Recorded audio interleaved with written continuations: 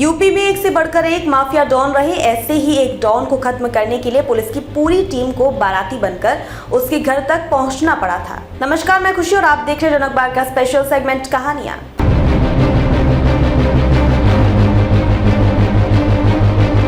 देश के सबसे सघन आबादी वाले राज्य यूपी में एक से बढ़कर एक डॉन हुए हैं, जिनके सामने कई बार पुलिस प्रशासन भी पस्त दिखा। ऐसे ही एक डॉन ने कुछ ही सालों में दहशत का ऐसा साम्राज्य स्थापित किया कि लोग उसके नाम से ही कांपने लगे थे। वह जब चाहे दिन दहाड़े किसी का भी मर्डर कर देता था। उस तक पहुंचने के लिए पुलिस की पूरी टीम को बाराती बनना पड़ा। इंस्पेक्टर ने दूल्हे का भेष धरा तो महिला सिपाही को दुल्हन बनाया गया। बाकी पुलिसकर्मी भी बाराती के रूप में जमकर नाचे।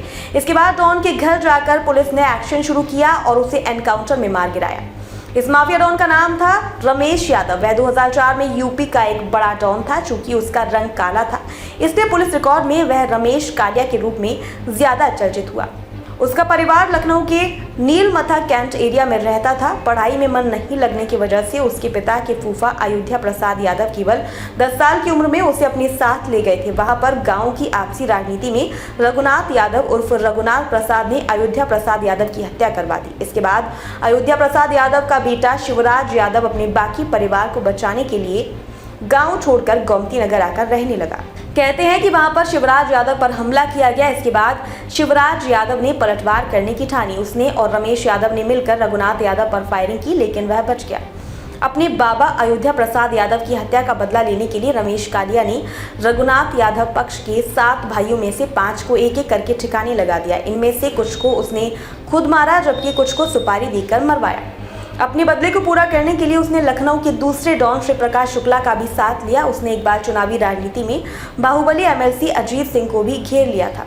रमेश कालिया से बचने के लिए अजीत सिंह एक पेट्रोल पंप में छिप गया था।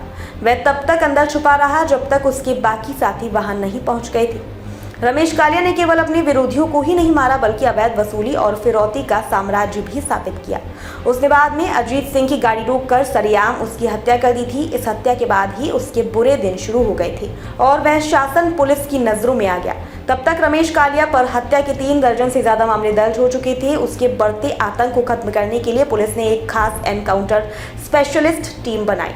इस टीम में पुलिस के तेज तर्रार दरोगाओं और सिपाहियों को शामिल किया गया। पुलिस को मुखबिरों से सूचना मिली कि वह लखनऊ में अपने घर पर मौजूद है। पुलिस ने तुरंत उसकी घेराबंदी का प्लान बनाया, लेकिन समस्या ये थी कि वह हमेशा हथियारों से लैस रहता था और गांव के रास्ते पता होने की वजह से वह कहीं भी बचकर निकल सकता था। इसके बाद पुलिस टीम बाराती बनकर 12 फरवरी 2005 को उसके घर के बाहर पहुंची। बारात में एक दरोगा को दूल्हा और महिला पुलिस को दुल्हन बनाया गया। बाकी पुलिस वाले बाराती बनकर नाच रहे थे। गांव में आई बारात को देखकर किसी को उन पर शक नहीं हुआ। इसके बाद पुलिस ने तुरंत रमेश कालिया का घर घेर लिया और उसे सरेंडर करने के लिए कहा जाता है कि जब रमेश कालिया ने सरेंडर नहीं किया तो पुलिस ने उसका एनकाउंटर कर दिया। इस घटना में रमेश कालिया के साथ उसके 2 साथी भी मारे गए थे। इसके साथ ही लखनऊ में आतंक के एक युग का अंत हो गया था। अब तक के लिए बस इतना ही। फिर होगी आपसे मुलाकात कहानियां के एक और एपिसोड के साथ। तब तक के लिए नमस्कार और देखते रहिए जनक बाग का स्पेशल सेगमेंट कहानियां।